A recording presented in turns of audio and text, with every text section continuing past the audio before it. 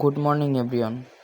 আজকে আমরা কথা বলবো শীতকালে কিভাবে পাখির যত্ন নেবেন এই বিষয়ে। শীতের সময় আপনারা যারা মাটিতে কোয়েল পাখি পালন করেন তাদের জন্য সবথেকে বেশি দরকার সেটা হলো কাঠের গুঁড়া কিংবা ধানের চিটা। শীতের সময় পাখির ঠান্ডা লাগার কারণে বিভিন্ন ধরনের রোগ হতে পারে, পাখির ঠান্ডার জন্য পাখি মারাও যেতে পারে। এজন্য আপনারা বিভিন্ন ধরনের ওষুধ দিতে পারেন। এর মধ্যে রয়েছে মাইক্রোনিট। এটা আপনার যদি অনেক বেশি সমস্যা হয় ঠান্ডার কারণে তাহলে আপনারা এটা ব্যবহার করতে পারেন, পানির সাথে মিশিয়ে খাওয়াতে পারেন। আমার পাখিগুলোকে বেশি একটা টেক কেয়ার করি না, তারপরে পাখিগুলো অনেক হেলদি আছে। শীতের সময় পাখিগুলোকে মাঝে মধ্যে ক্যালপ্লেক্স, তারপরে বিভিন্ন ধরনের ভিটামিন যেমন AD3 এগুলো খাওয়াতে পারেন।